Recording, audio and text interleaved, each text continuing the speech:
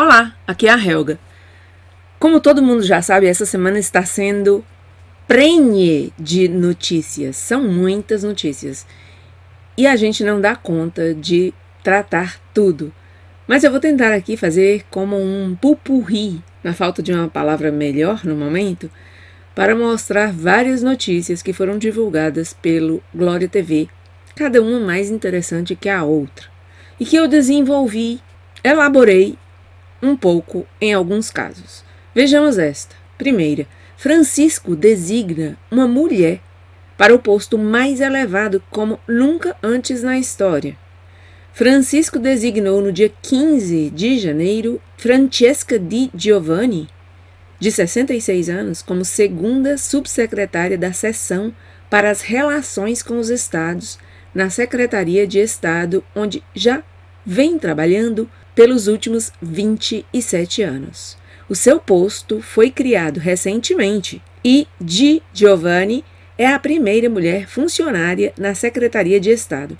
Sua missão será promover relações com organizações internacionais. Vejam isso. Promover relações com organizações internacionais. Primeira palavrinha que vem à mente: organizações internacionais? Sim, acertou. A ONU. Nascida em Palermo, Di Giovanni tem uma licenciatura em Direito. É virgem consagrada, pertencente ao modernista movimento dos focolares. Bom, o Vatican News e o L'Osservatore Romano entrevistaram a mulher, que disse, entre outras coisas, que ficou surpresa com sua nomeação e que, durante vários anos, palavras dela, temos estado pensando na necessidade de um subsecretário para o setor multilateral, um setor delicado e exigente que necessita atenção especial, porque tem seus próprios procedimentos em alguns aspectos diferentes dos da esfera bilateral. Até aí, ela. Agora eu. Sim, porque esfera bilateral está muito ligada à manutenção das soberanias das nações. Trump, por exemplo, defendia isso já na sua campanha, voltar às relações bilaterais entre os estados. Um soberanista, Trump.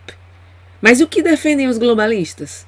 A superação dos estados-nação por um mundo onde essas relações multilaterais, fundamentais para a construção da nova ordem mundial com um governo concentrado na ONU, essas relações multilaterais são fundamentais. Exatamente como ela diz, é fundamental a necessidade de um subsecretariado para o setor multilateral, como ela disse. Bom, eles começam com os governos regionais. Eu acho que cheguei a fazer um vídeo sobre isso, os governos regionais no caminho para o governo mundial.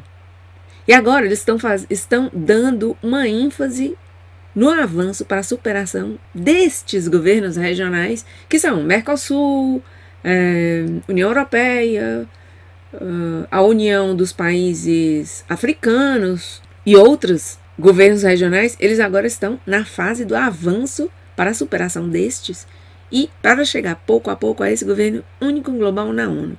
Bom, muito desse governo na ONU já é realidade.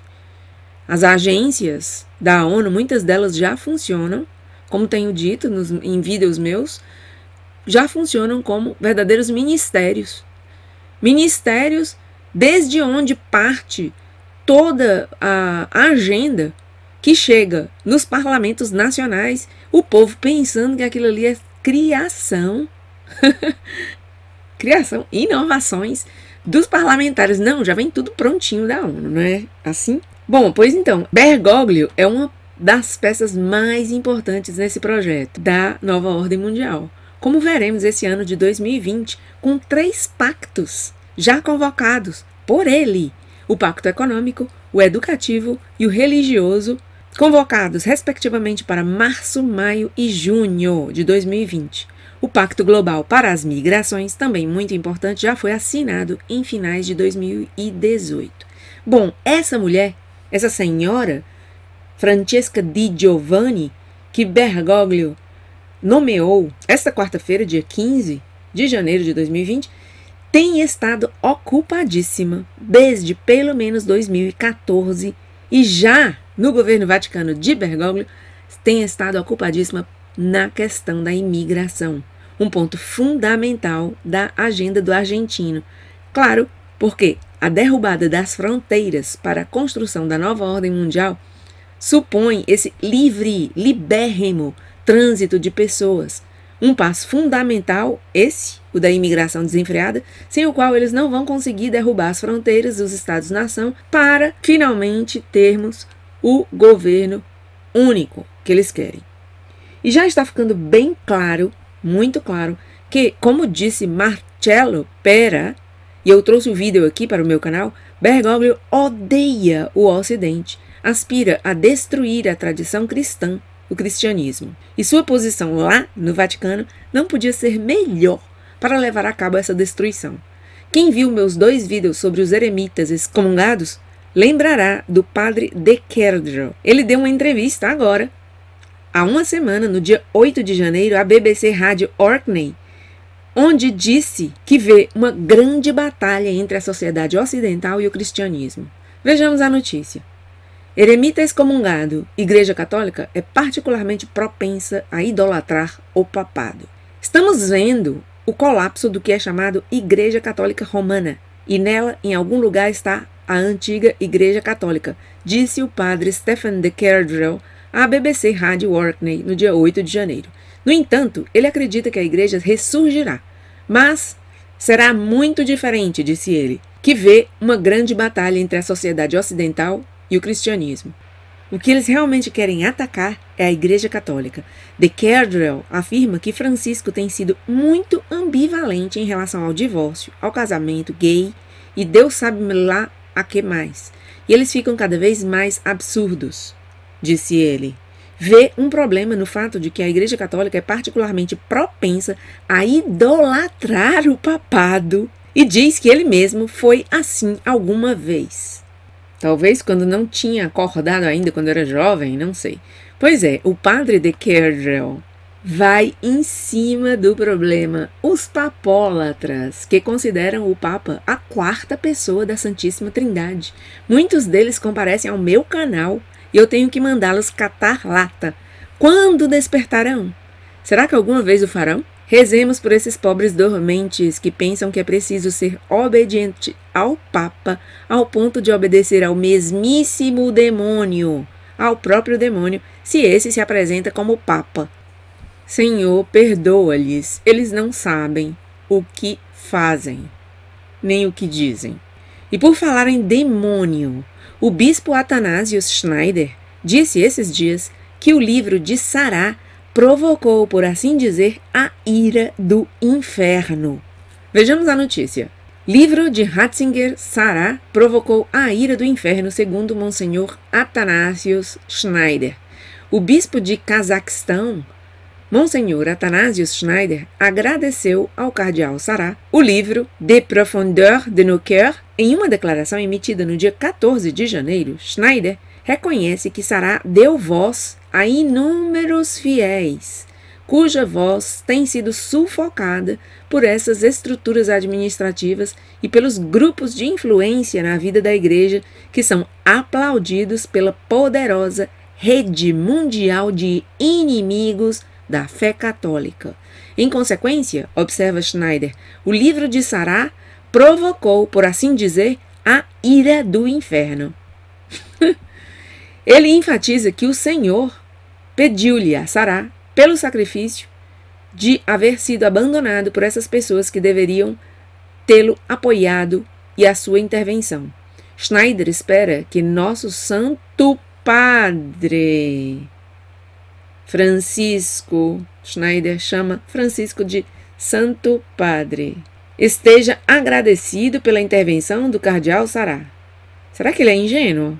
Monsenhor Schneider, achar que Francisco estaria agradecido pela intervenção do cardeal Sará? Se Francisco faz parte deste grupo do inferno? Mas isso não é tudo. A ira do inferno era a do próprio Bergoglio. Eu já mostrei como ele fez uma homilia em que mandou umas indiretas para Bento e Sará, chamando-os de esquizofrênicos, hipócritas e outras cositas más. Francisco estava furioso, queria uma derrota total, escreveu o vaticanista Antônio Sotti no Facebook, o que leva-nos à próxima notícia. Francisco estava furioso, queria uma derrota total. Quando o livro de Ratzinger, Sarah, fez-se conhecido, todo o inferno se desatou no Vaticano. Bergoglio estava furioso. Escreveu no dia 15 de janeiro Antônio Sotti no Facebook, referindo-se a fontes anônimas. Segundo Sotti, um furioso Francisco convocou pessoalmente o arcebispo Genswein, que é secretário privado de Bento XVI e prefeito da Casa Pontifícia, ordenando-lhe que fizesse tirar o nome de Bento da capa do livro. Bergoglio queria uma derrota completa e total. Agora me digam se isso não é o próprio demônio. Segundo Sotti, Bento não pôde expor a falsidade de que ele não estava envolvido no livro, mas quis proteger Genswein da vingança de Francisco. Isso levou a um compromisso desleixado e mentiroso que agora permite à corte bergogliana dizer aos meios de comunicação contrários à igreja que Bento retirou sua assinatura do livro, ainda que isso não seja verdade. Mas, de fato, o livro fica tal e como está, diz Sotti, com a assinatura de Sarah e o nome de Bento como autor das partes acordadas. E assim termina essa notícia. Ainda sobre o bendito livro, eu, Helga, fico a perguntar-me como é que os fãs de Sarah e Bento receberam essa notícia próxima que vou dar. Como encaixaram isso? Vejam, se prestaram atenção aos meus vídeos dessa novela que tem sido a polêmica em torno a este livro, devem ter visto que Bento e Sarah referiram-se a um sínodo da mídia, que mereceu a crítica deles, em oposição ao que eles chamaram de Sínodo Real o Amazônico, que parece ser o que merece o apreço de ambos. E vejam que nós, nas mídias sociais, católicos do mundo inteiro, estivemos nas filas do Sínodo da mídia, porque era esse que criticava o Sínodo, que eles chamam real, pérfido, blasfemo, herege, sacrílego, Sínodo da Amazônia, que ocorria nos Jardins do Vaticano desde o dia 4 de outubro, que começou a palhaçada, e continuou na Praça de São Pedro, na Igreja de Santa Maria Traspontina, na Sala Paulo VI, na Basílica de São Pedro. E aí, vejamos a notícia. Mau gosto, Ratzinger, Sarah inventam o Sínodo da mídia versus Sínodo Pan-Amazônico Real. Bento XVI e o cardeal Sarah não têm vergonha de escrever em seu livro que um estranho sínodo da mídia teve precedência ante o Real Sínodo Amazônico.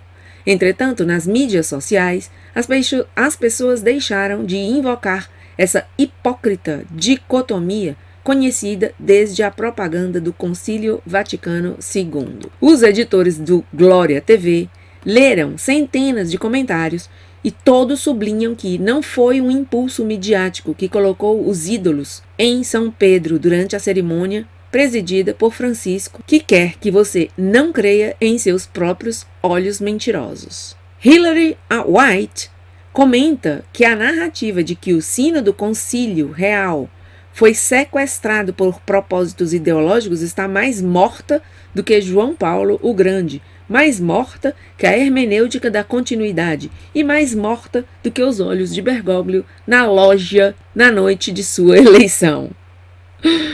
Bom, eu vou parando por aqui porque o vídeo vai ficar muito longo, mas tem muitas mais notícias que eu trarei através de outro vídeo. Nada mais pelo momento, obrigado por estar aí e até meu próximo vídeo.